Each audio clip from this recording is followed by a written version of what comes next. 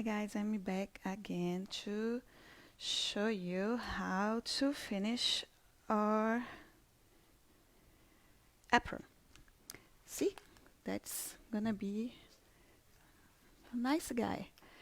So early today I talk about how to cut him, how much material you're gonna need to do it, and I just want to show you a few little pieces of that.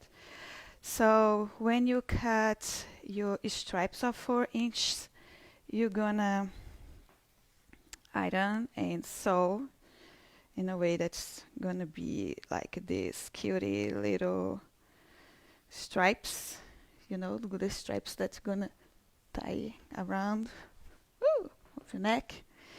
So that's something here that I want to show you is how to put the pocket into showing the seams. So gonna be a little bit move the image because my phone, I need to move the phone for you guys to be able to see. So I'm gonna pin, let's see if you guys can see.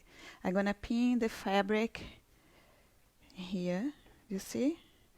I'm gonna pin my fabric here, and then I'm gonna sew all the way across. Remember to backstitch in the beginning and the end. And then I go to my iron board. I'm gonna iron this nice and flat, and then I'm gonna pin again with my little pins here. And what I want to do after I pin it is mark the places that I want to sew again to make divisions on my pocket, because I want this to look something like this. Let's see if you guys gonna be able to see that. Can you see here? That look like a pocket now. You have 1, 2, 3 divisions.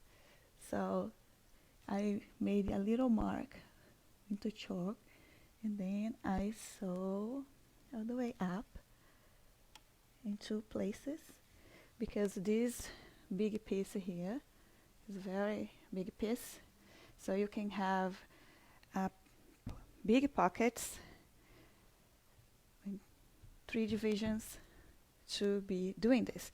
So after you do this part that you already prepare your pocket in the both faces of your apron,